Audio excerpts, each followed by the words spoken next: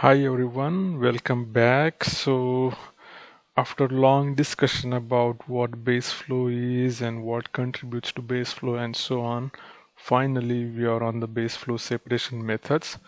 So there are three graphical methods that we are going to learn in this module: straight line method, fixed base method, and variable slope method. Now these are all graphical methods.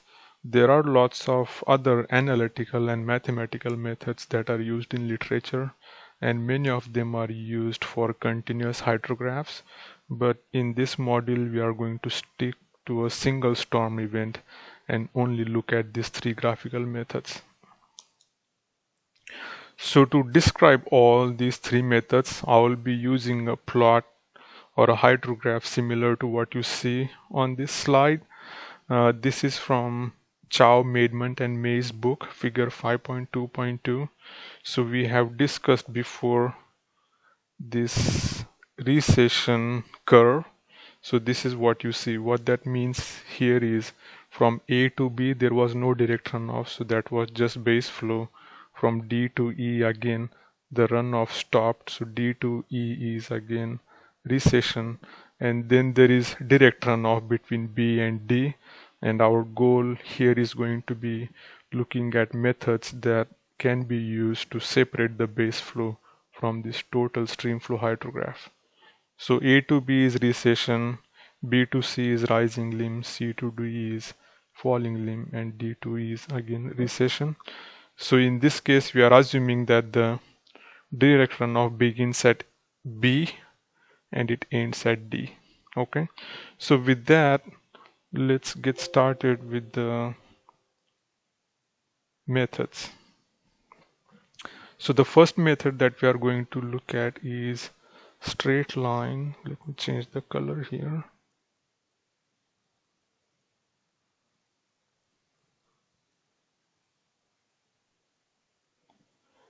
So I'm going to draw this hydrograph. So I'll draw the recession curve, direct runoff started, and then again. So we are going to assume that this is when the direct runoff began. I'm just going to call it A, and this is when the direct runoff stopped. I'm going to call this B. So in straight line method, you first find out when direct runoff started and when it ended, and once you know these 2 points, all you do is connect A and B. So I'll just use a different color here. So you connect A and B using a straight line, and then all this area is base flow.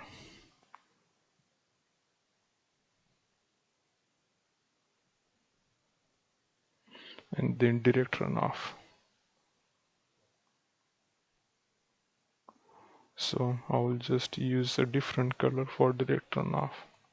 So our green area is direct runoff and the blue hatched area is base flow. So the steps for straight line method are simple. Find A and B.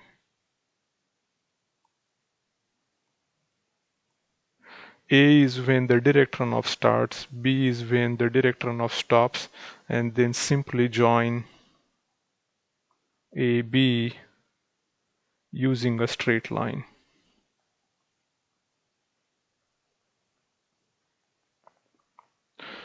Now in some books they call this as horizontal line method, which means that you just draw a horizontal line. I'm calling this straight line because A and B may not fall on the same level. So if B is higher or lower, you will have an inclined line.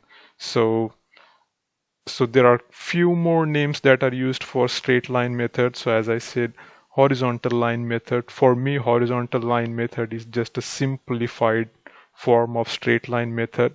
Some books also use constant discharge method.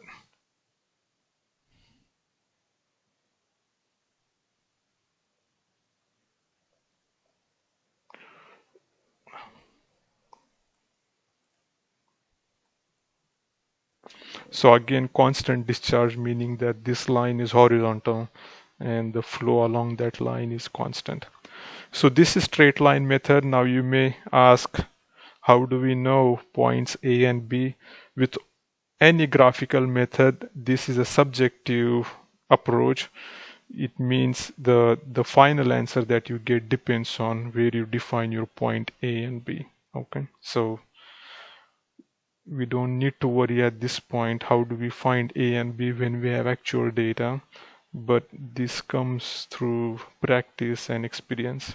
So that's straight line method. That was our first method. The second method that we are going to look at is fixed base method.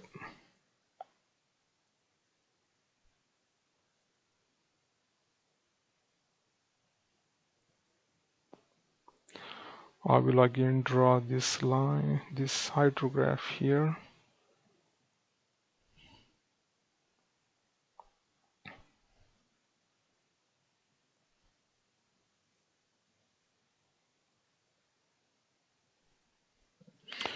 So in fixed base method, you need to find your point A.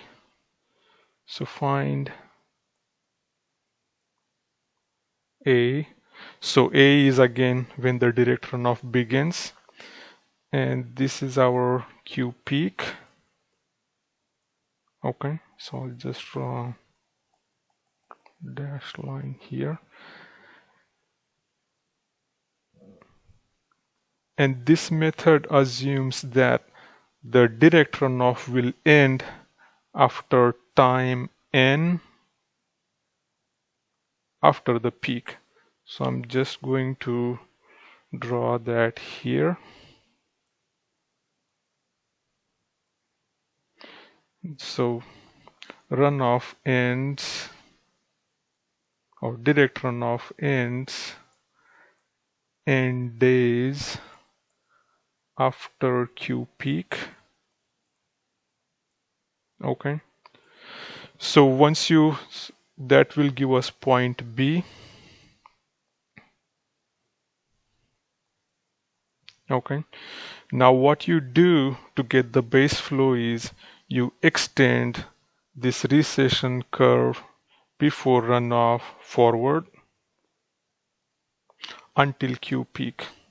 So I'm going to use blue color here. Okay, so I just used the slope of the pre-event curve, recession curve, to extrapolate it until I reach the time to peak. So extrapolate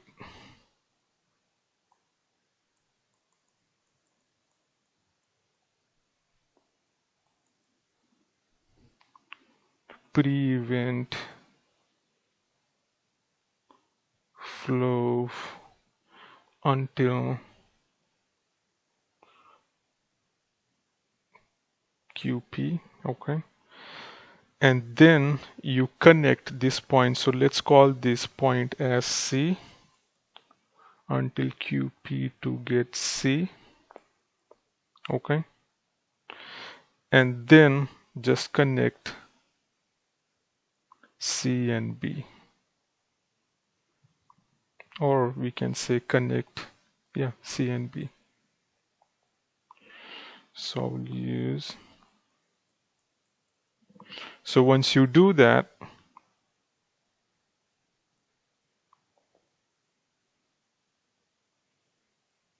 this is our base flow in blue hatched area, and the green is our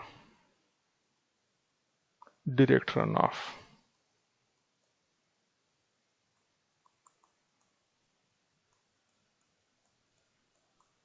And that's our base flow.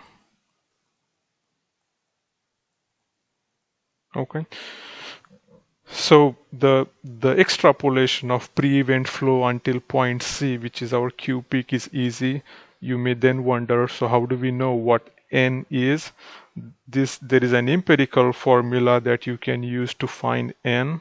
So that empirical formula is n equals to a to the power of 0.2, and A is the watershed area in square miles, and N is in days, so time in days. Okay, and I have used this expression n equal to a to the power of 0.2, and just to give you an idea, for area of 100 square miles you get n equal to 60 something, around 60 hours. So I converted the answer that you get in days to hours, and you get something around 60 hours, which for me seems too long. So the literature says that usually this n equals to a to the power of 0.2 works for large watersheds. So we have used this area of 100 square miles in many of our HMS labs, and you see that most of the times the hydrograph doesn't even last for 60 hours. So the fact that this n after peak is equal to 60 hours, and that's when the runoff starts, doesn't make sense for this small area. But anyway, this is what is available and some people use it. So this is how you can get this n to get the point B. So that's our fixed base method. The third method is called variable slope method.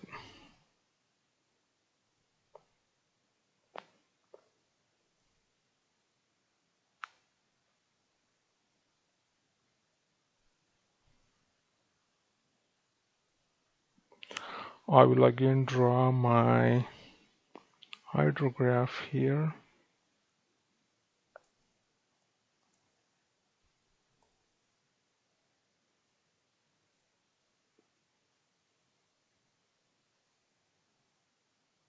Okay.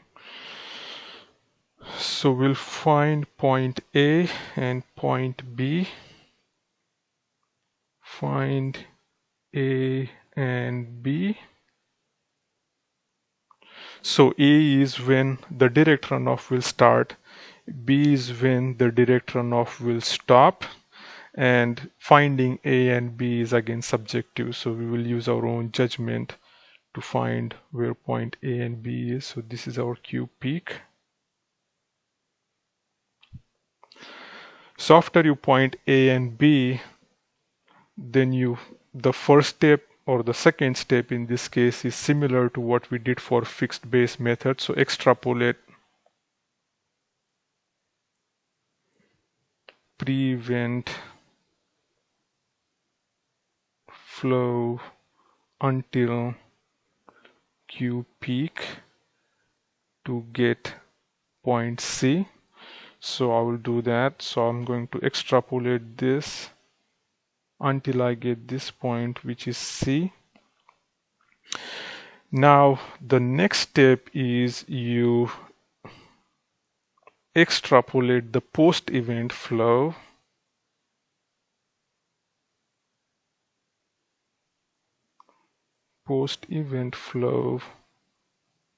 backward until inflection point. So if you remember from the last clip, inflection point is when you will see a change in slope on the recession limb.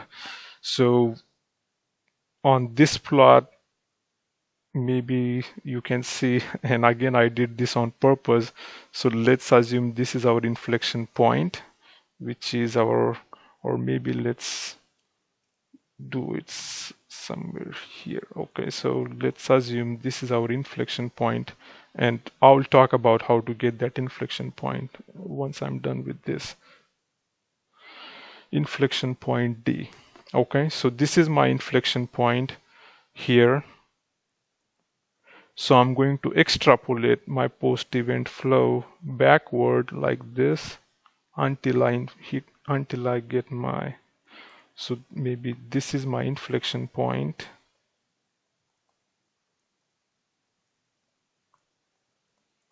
And then this is my point D.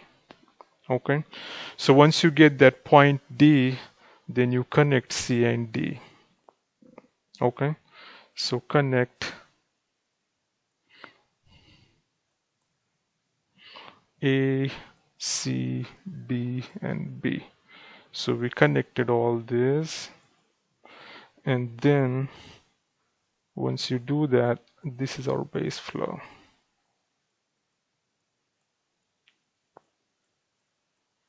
Okay, so this is base flow,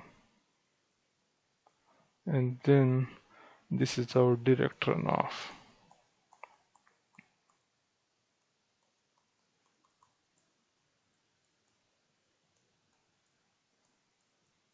So let me repeat the steps. So the first step was to find A and B. So A is when the direct runoff starts, B is when the direct runoff stops. Finding this point is subjective, so we'll use our judgment to locate those points. Once you do that, you extrapolate the pre-event flow until the time to peak to get C. And then the next step is to find the inflection point. And once you find the inflection point, you extrapolate the post-event flow backward until you hit the inflection point to get D, and then you just connect all those points to get the base flow. Now you may ask, how do we get inflection point? If you really want to do it mathematically, so at inflection point,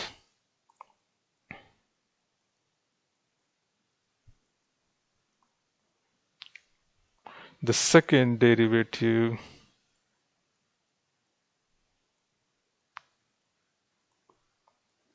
of the recession curve is 0,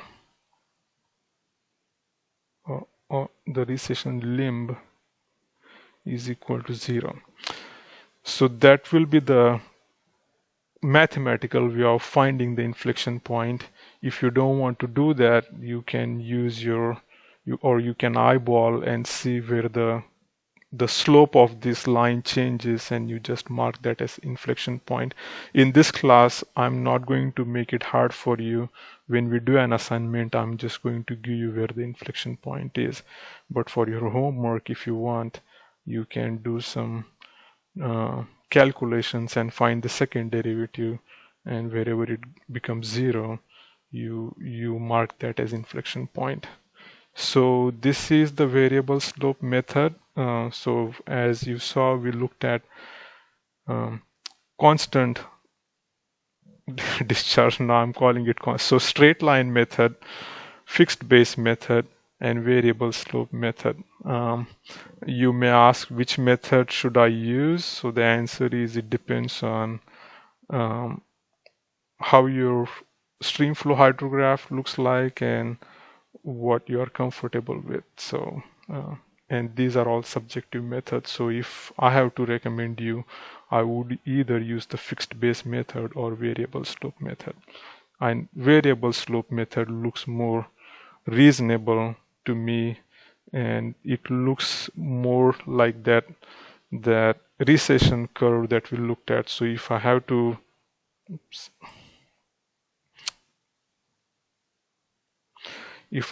draw a curve, this looks similar to what I drew before in one of my previous clips. So variable slope method would be my preferable method. So let's go back to our PowerPoint slide. So this slide just shows you all these three methods. So this figure is again from Chow, Maidment, and Mays, figure 5.2.3.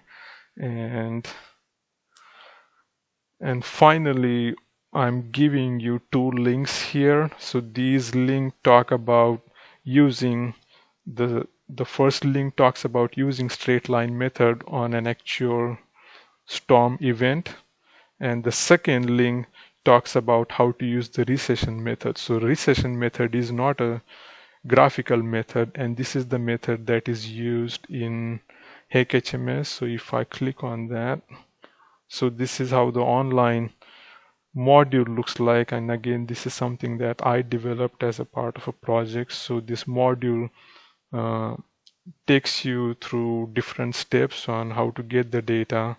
And so this is the Guess I cannot use the pen. So this is the equation that the HMS model uses for recession curve, and then this module walks you through the different steps to get the base flow using that method. And we will be using this in our next HMS labs too.